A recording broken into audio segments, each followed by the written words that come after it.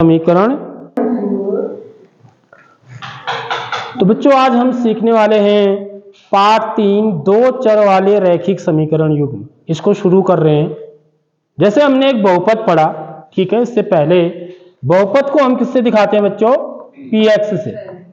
तो px बराबर माना मेरा 2x धन 3 है, ठीक बात। यदि मैं px को किससे रिप्लेस कर दूं बच्चों? px की जगह पर मैं क्या ले लूं? y लिख दूं। इसको मैं y लिख सकता हूं। y बराबर 2x धन 3। तो ये जो कहलाता है ना बच्चों, ये कहलाता है दो चर वाला रैखिक समीकरण कहलाता है। देखो दो चर, एक तो y हो गया और दूसरा क्या हो गया? x हो गया। तो दो चर वाला रैखिक समीकरण हो गया है। रैखिक इसलिए कहते हैं क्योंकि मैं यदि इसका ग्राफ बनाऊंगा तो मुझे क्या मिलता है? एक सरल रेखा मिलती है।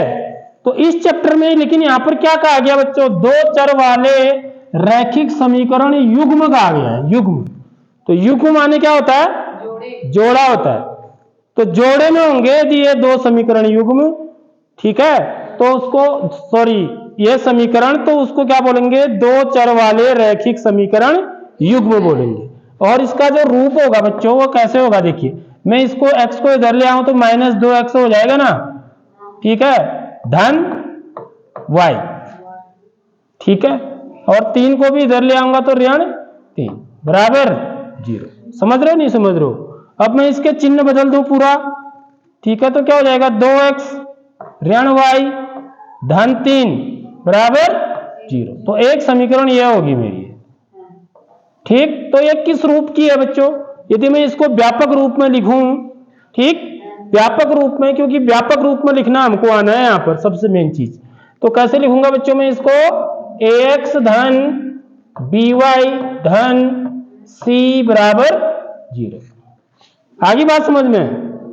ये x के आगे कोई गुणांक है ना, ये तो वो क्या हो गया? मेरा a हो गया। y का भी कुछ गुणांक होगा, जैसे यहां पर ऋण 1 है, यहां पर क्या है? ऋण 1 है, तो ऋण 1 भी क्या हो गया? b हो गया। और एक अचर पद होगा c, देख लो, समझ में लो। तो ये इसका मानक रूप होता है, व्यापक रूप किसका? दो चर वाला रैखिक समीकरण। तो यहां पर a b c क्या है बच्चों? a b c क्या है? वास्तविक संख्याएं, अचर हैं।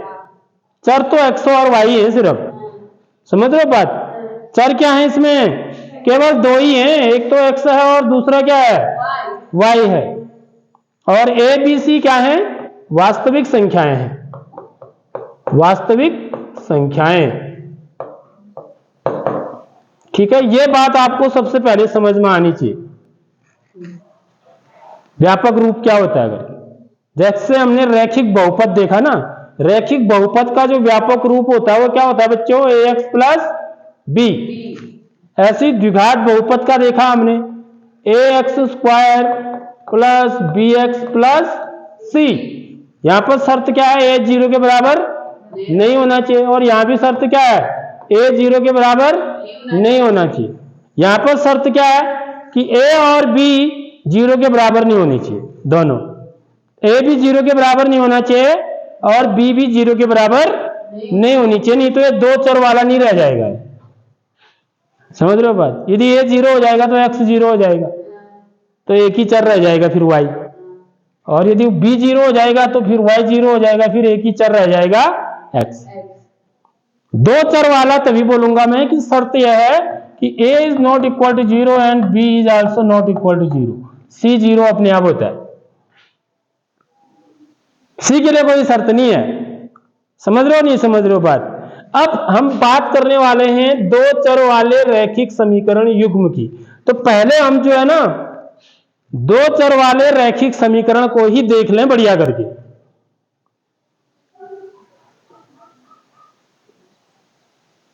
तो एक उदाहरण लेके हम इसका ग्राफ बनाएंगे तो समझेंगे, ठीक है। हमें सबसे मेन चीज यहां पर क्या सीखना है बच्चों?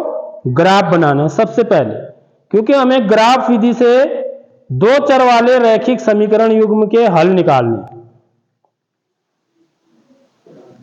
तो क्योंकि ये रैखिक समीकरण कहते हैं इसको, तो इसका जो ग्राफ होगा वो क्या होगा बच्चों, एक हमेशा एक सरल रेखा होगी।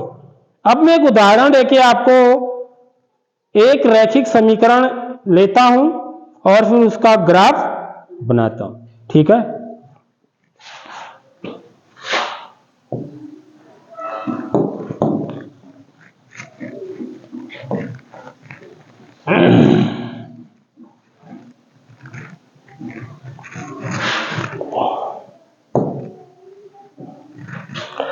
जैसे मैंने एक उदाहरण लिया, उदाहरण, ठीक है।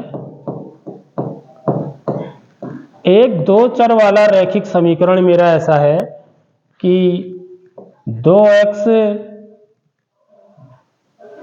धन y बराबर ऋण 5। समझ रहे हो बात? ऐसे भी लिख सकता हूं मैं इसको, कई बार 5 को इधर ले आऊंगा तो धन 5 हो जाएगा, ठीक। मतलब इसमें एक x वाला पद होगा, एक y वाला और एक अचर पद वाला भी होगा, ठीक बात। ये इसको दो चर वाला और बीच में समीकरण बोल रहे हैं तो बराबर भी लगा होगा, ठीक। अब मुझे इसका ग्राफ बनाना है, तो इसका ग्राफ कैसे बनाते हैं ये हम क्लास 9th में भी सीख चुके हैं, फिर यहां पे बता रहा हूं मैं आपको। देखिए, तो मैं क्या करूंगा बच्चों, यहां से या तो x का मान निकाल लो या फिर y का, ठीक है। नॉर्मली हम y का मान निकालते हैं, वो ज्यादा अच्छा रहता है, ठीक। y का मान निकालूंगा तो y बराबर क्या हो जाएगा बच्चों, देखिए y बराबर हो जाएगा 2x को उधर ले जाऊंगा, ठीक है, ऋण 5 ऋण 2x। मेरी बात आ गई समझ में? तो ये y की वैल्यू निकाली मैंने, किसके पदों में? इसको बोलते हैं y का मान x के पदों में। क्या बोलते हैं? y का मान x के पदों में। y का मान इतना आ गया ना, ऋण 5 ऋण 2x आ गया y का मान। अब मैं यहां पर क्या करते हैं, हम x को वैल्यूज देते हैं। x को आप कोई भी वास्तविक मान दे सकते हैं, x कोई भी वास्तविक मान ले सकता है, क्योंकि x क्या है, चर है। तो चर क्या, चर वो होता है जो कोई भी मान ले सकता हो, x, ठीक है। और y के भी कोई भी वास्तविक मान हो सकते हैं, ठीक। अब यदि x बराबर क्या डाल दूं बच्चों, x बराबर सबसे पहले 0 से शुरू करना चाहिए, कभी भी हो। यदि यदि x हर में नहीं है, तो यदि 1/x है तब तो हम x को 0 नहीं लिख सकते ना, क्योंकि तब तो इसका मान निकलेगा ही नहीं, अपरिभाषित हो। तो यदि ऐसी स्थिति नहीं है तो आप क्या करिए, x बराबर 0 रखिए सबसे पहले, कभी भी हो, क्योंकि 0 पर मान निकालना सबसे आसान होता है। यदि मैं x बराबर 0 रख दूं रखने पर, तो बच्चों y बराबर कितना आ जाएगा, देखिए ऋण 5 ऋण 2 गुणा 0, आया नहीं आया? तो y बराबर क्या आ गया, ऋण 5 ऋण 0, 2 गुणा 0 क्या हुआ, 0। तो y की वैल्यू कितनी आ गई, ऋण 5। तो x बराबर 0 रखा तो y बराबर ऋण 5 आ गया, ठीक। अब ऐसे ही में x बराबर एक मान और रखो, कम से कम 2 मान होने चाहिए, 2 से ज्यादा आप और भी ले सकते हैं, लेकिन यदि मुझे ग्राफ खींचना है, आलेख बनाना है, तो कितने बिंदु चाहिए, कम से कम 2 बिंदु चाहिए। अब मैं x बराबर क्या रख देता हूं, माना ये नहीं है कुछ भी, x बराबर 1 रखने पर, x बराबर 1 रखने, यहां पर यह ध्यान रखना है कि x को हम वही मान दें जिसके लिए y का मान क्या है, मुझे पूर्णांक आना चाहिए, ठीक है। मैं x को ऐसे मान दूं कि जिससे y का मान क्या आ जाए, पूर्णांक आ जाए। क्यों? क्योंकि पूर्णांकों को ग्राफ पेपर में प्लॉट करना आसान होता है, समझ रहे हो बात? यदि मैं x, इसमें तो हर सब जगह पूर्णांक ही आएगा, ये जो प्रश्न है इसमें हर जगह क्या आएगा, पूर्णांक आएगा। लेकिन कभी कभी x क्या होता है, नीचे हर में होता है। तो वैसी स्थिति में यदि माना y का मान x बराबर कुछ रखा आपने और y बराबर कितना आ गया, 1/3 आ गया, ठीक है। तो 1/3 को ग्राफ पेपर में कहां पर दिखाओगे ना, थोड़ी दिक्कत आ जाएगी। तो इसलिए हमें x को ऐसे मान देने हैं जिससे कि y का मान मेरे को क्या मिले, एक पूर्णांक मिले। ठीक है, तो यहां पर तो आप कुछ भी रखो आपको पूर्णांक ही मिलने वाला है। तो x बराबर 1 रखूंगा तो इसमें रखना है, किसमें, ये समीकरण 1 रख मान लो इसको। चलो यहां पर क्या रखा आपने, समीकरण 1 में, ये समीकरण 1 हो गया मेरा। सबसे पहले ऐसे लिखना होता है ग्राफ बनाने के लिए, पहला स्टेप, फिर उसके बाद ये दूसरा अगला स्टेप। x बराबर 1 रखेंगे किसमें, समीकरण 1 में, इसको समीकरण 1 कह लिया हम। ठीक है, तो y बराबर कितना आ जाएगा बच्चों, -5 -2 गुणा 1। ठीक, तो y बराबर कितना आ गया, -5 -2, तो -5 -2 कितना होता है, -7, तो y की वैल्यू -7 आ गई। समझ में आ गई बात। अब हम क्या करते हैं बच्चों, टेबल बनाते हैं। ये मैंने खाली 2 ही बिंदु लिखे हैं, 2 ही बिंदु से भी बना सकते हैं आप, या आप 3-4 बिंदु भी ले सकते हो, आपकी मर्जी है। ये x के मान, ये y के मान, इसको क्या बोलते हैं बच्चों, हम तालिका बोलते हैं। क्या बोलते हैं, तालिका, तालिका नहीं। तो सबसे पहले हमने क्या किया, x को क्या मान दिया, 0, तो y का मान कितना आया बच्चों, -5, तो ये तालिका के अंदर x और y के मान रख देते। x बराबर आपने 0 रखा तो y बराबर -5 आया। अब x बराबर कितना रखेंगे, 1, तो y का मान कितना आएगा, -7 आ गया। दोनों बड़ा आसान है। तो आपके क्या मिलेंगे इससे बच्चों, बिंदु मिल जाएंगे। क्या मिल जाएंगे, बिंदु। क्या मिला, पहला बिंदु मेरे को 0 -5, और दूसरा बिंदु क्या मिला, 1 -7। आगे बात समझ में। अब इन बिंदुओं को हम किस में करेंगे, ग्राफ पेपर में प्लॉट कर देंगे और उनको मिला देंगे, तो मुझे क्या मिलेगी, एक सरल रेखा मिलेगी हमेशा। इसीलिए इसको रैखिक समीकरण बोलते हैं। इस टाइप का जो भी समीकरण होगी ना बच्चों, उसका ग्राफ जो होगा हमेशा एक सीधी रेखा होगी, एक सरल रेखा होगी, एक स्ट्रेट लाइन होगी। ठीक है,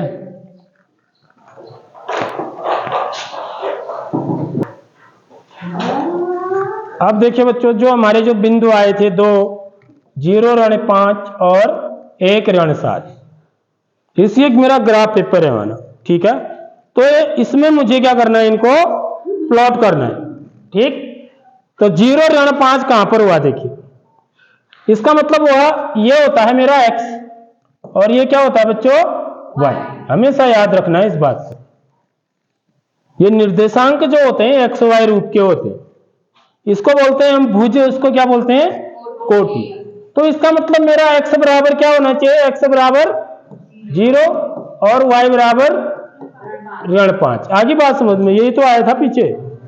तो x बराबर 0 है और y बराबर -5 कहां पर है बच्चों, x बराबर 0 यहां पर है, इसको मूल बिंदु बोलते हैं। इसके निर्देशांक क्या होते हैं, कई बार आता है मूल बिंदु के निर्देशांक, क्या लिखोगे, 0 0। निर्देशांक में हमेशा x भी आएगा और y भी आएगा, यानी कि यहां पर x भी 0 है और y भी क्या है, 0 है। यहीं से तो नाप रहे हैं ना हम। कोई भी दूरी जो है वो कहां से नापी जाती है, मूल बिंदु से।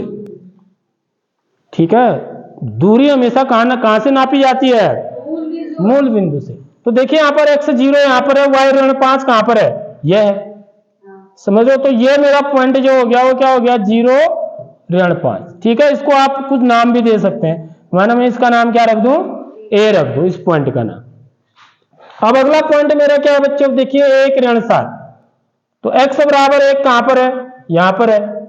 ठीक, x है ना, इसका मतलब x 1 है और y कितना है, -7।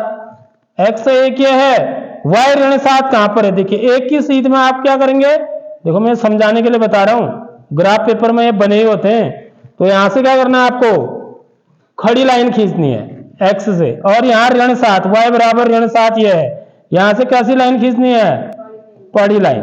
तो जहां पर ये दोनों रेखाएं एक दूसरे को काटती हैं, ये वाला बिंदु मेरा क्या है बच्चों, क्या है, 1 -7 है। अब आप क्या करेंगे, इन दोनों बिंदुओं को ए और इसको माना मैं क्या नाम दे दूं, बी। इस बिंदु का नाम क्या दे दूं, बी है। बी दे दूं। तो इन दोनों को क्या कर दूंगा, मिला दूंगा। ठीक है, और उसके बाद क्या करेंगे हम, इसको और आगे बढ़ा सकते हो आप। इसको इतना ही नहीं रखना है आपको, स्केल से किससे मिलाएंगे, लेकिन स्केल से इस लाइन को आप और आगे जो है ऐसे आगे बढ़ा सकते हैं जहां भी जाएगा। मिलाना किससे है, स्केल से। देखो हाथ से मिलाया तो टेढ़ा हो गया ना, समझ में आ रही नहीं आ रही बात। तो ये जो आलेख होगा मेरा, ये जो लाइन बन रही है, ठीक बहुत ही टेढ़ा हो गया है, इतना टेढ़ा तो नहीं होता है। तो ये जो लाइन जो होती है ये इस प्रकार से जाएगी। ये किसका आलेख है बच्चों, जो मेरा समीकरण था। क्या था समीकरण, x धन 2y बराबर क्या था बताओ, 2x धन y बराबर था। ठीक है, क्या था, 2x धन y बराबर ऋण 5। हाँ, 2x धन y बराबर ऋण 5। तो ये जो ग्राफ होगा 2x धन y बराबर ऋण 5 का ग्राफ हुआ है, यानी कि वो लाइन ऐसे जाएगी। तो सबसे पहले आपको लाइन ड्रॉ करनी सीखनी है। ठीक है, अब देखिए इसके बाद मैंने आपको एक चीज बताई थी कि जो एक प्लेन होता है, प्लेन समतल, ये एक समतल है। देखो ये सामपट भी, यह बोल सकते हैं कि यह द्विमीय आकृति है, समझिए आप। एक आयताकार है ना, आयत है। तो इसमें यदि हम लाइन ड्रॉ करते हैं एक ही प्लेन में, तो वो लाइनें कितनी प्रकार से हो सकती हैं बताई थी मैंने, 3 प्रकार से। यहां पर युग में है ना, इसलिए देखिए अब मुझे एक ही लाइन का समीकरण नहीं दिया होगा आपको कितनी लाइनें दी होंगी, 2 लाइनें दी होंगी। जैसे मेरे 2 हाथ हैं, एक ही हाथ नहीं दिया होगा, 2 हाथ दिए होंगे।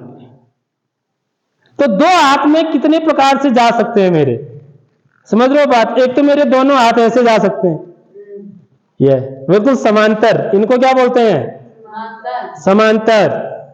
ठीक है, यह कैसे जा सकते हैं, ऐसे, देखो एक दूसरे को काट रहे हैं।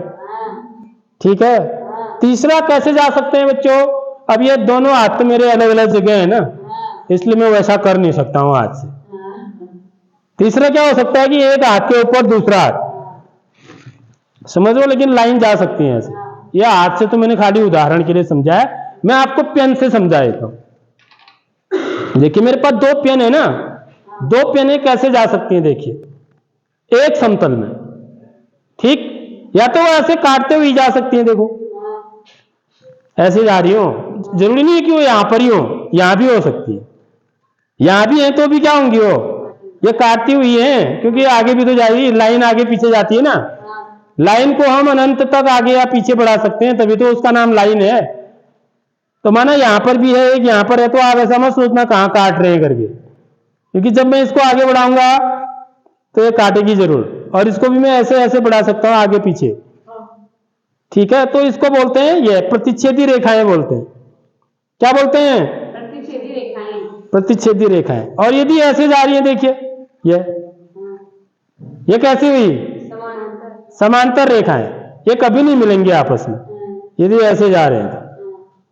ठीक, और तीसरा प्रकार से क्या हो सकता है कि एक रेखा ऐसी है, उसी के ऊपर दूसरी रेखा भी है, ऐसे जा रही है दोनों, तो तब ये नीचे वाली रेखा मुझे नहीं दिखेगी, ऊपर वाली दिखेगी, यानी कि मुझे एक ही रेखा दिखेगी। है तो 2, लेकिन दिखेगी कितनी, एक ही दिखेगी। तो जो 2 लाइनें होती हैं वो कैसे जा सकती हैं बच्चों, एक तो ऐसे जा सकती हैं, समझ रहे हो।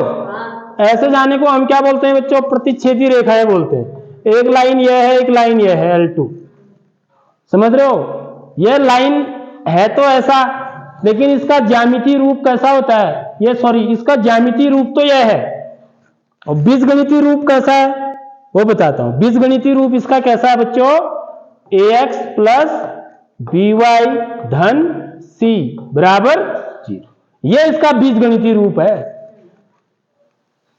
जैसे पानी का एक रूप क्या है, बर्फ है, और एक रूप क्या है, पानी है। एक रूप और भी है, वाष्प भी है, लेकिन मैं दो ही रूपों की बात करूं तो बर्फ अलग दिखता है, पानी अलग दिखता है। ऐसे ही ये जो रेखा होती है बच्चों, इसका एक रूप तो यह है, एक रूप इसका ये भी है। समझ लो ये दोनों एक ही चीजें होती हैं।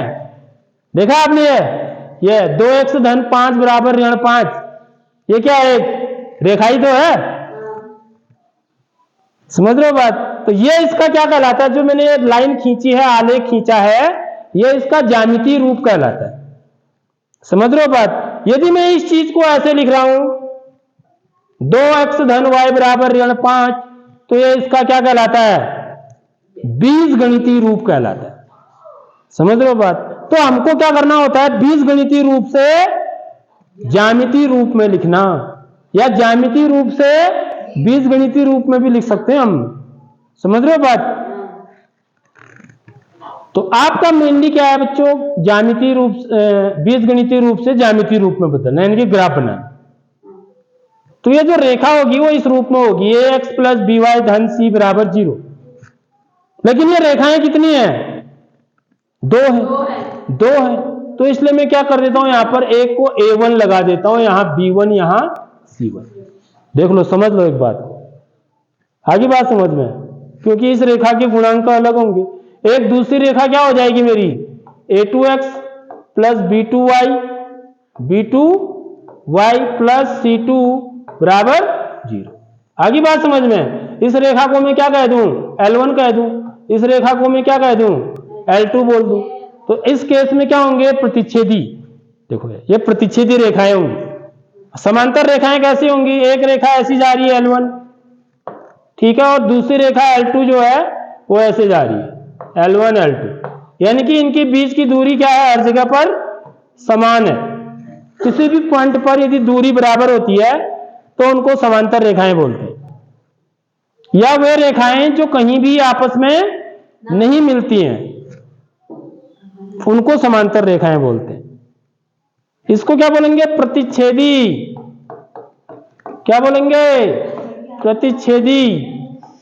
और इनको क्या बोलेंगे, समांतर। और एक तीसरे प्रकार से भी रेखाएं जा सकती हैं, ठीक है। कैसे जा सकती हैं, कि एक लाइन ऐसे जा रही है L1, और दूसरी रेखा भी इसी के ऊपर जा रही है बच्चों, ठीक, सॉरी, हाँ जरा सा इधर उधर हो सकता है, ठीक इसी के ऊपर जा रही है।